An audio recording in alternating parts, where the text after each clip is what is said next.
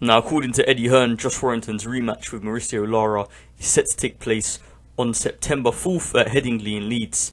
In an interview with TalkSport, Eddie Hearn stated, "We are planning that fight for September 4th at Headingley, the famous stadium in Leeds. It's going to be a huge event. Talk about a dangerous fight for Josh Warrington. It was a brutal war, the first one, and he wants to go straight back into that rematch in front of his people in Leeds. We feel that by September we will be allowed 100% capacity in an outdoor stadium, so that's the provisional date for the rematch." Some pretty ambitious plans from Eddie Hearn, I must say. Thinking that you're going to get a full capacity by September 4th in an outdoor stadium, to me seems a bit like wishful thinking. I mean, according to the government, lockdown and all social distancing measures are going to be finished by the 21st of June.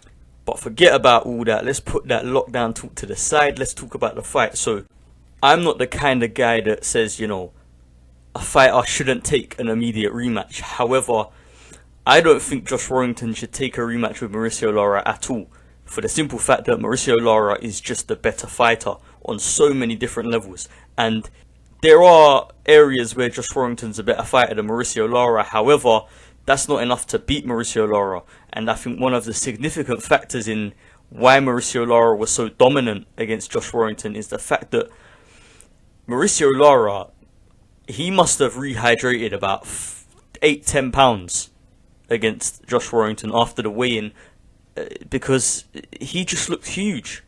I've seen a photo of the weigh-in when these two guys weighed in before their first fight, and Mauricio Lara just looked like he looked skinny. He looked the same size as what Josh Warrington was, and then you see in the fight, Mauricio Lara looks huge. Yeah, I think Mauricio Lara has significant physical advantages where any fighter in the featherweight division is going to struggle with Mauricio Lara.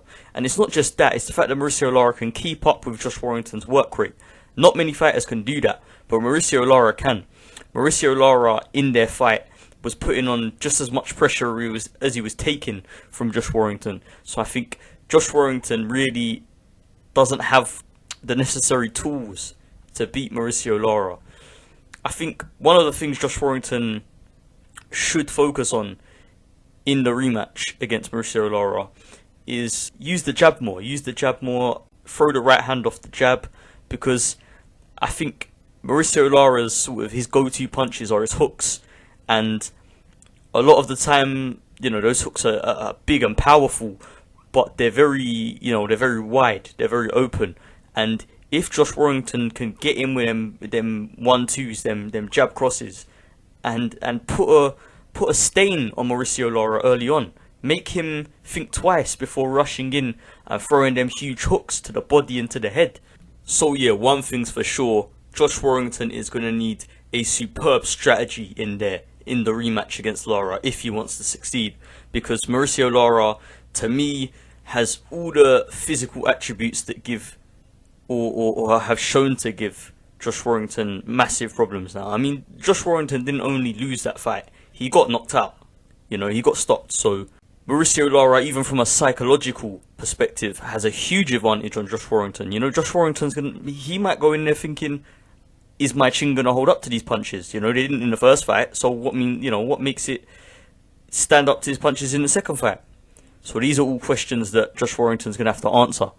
And I just want to clarify quickly, when I'm talking about physical advantages on the side of Mauricio Lara, what I'm mainly talking about is the power and also the size. But Mauricio Lara's power is clearly underrated because he put a beat down on Josh Warrington, a real beat down. So, that's mainly Mauricio Lara's sort of attribute. His main attribute is his power. So let me know your thoughts in the comments below.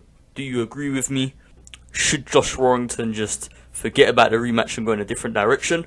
Or do you disagree? Do you think this is what Josh Warrington has to do to try and get back some respect and basically put himself back in line for a fight against Kanzu or Gary Russell Jr.? So let me know in the comments below. Like the video if you did enjoy, subscribe to the channel if you're new, and remember to turn on post notifications to stay notified whenever I upload a new video.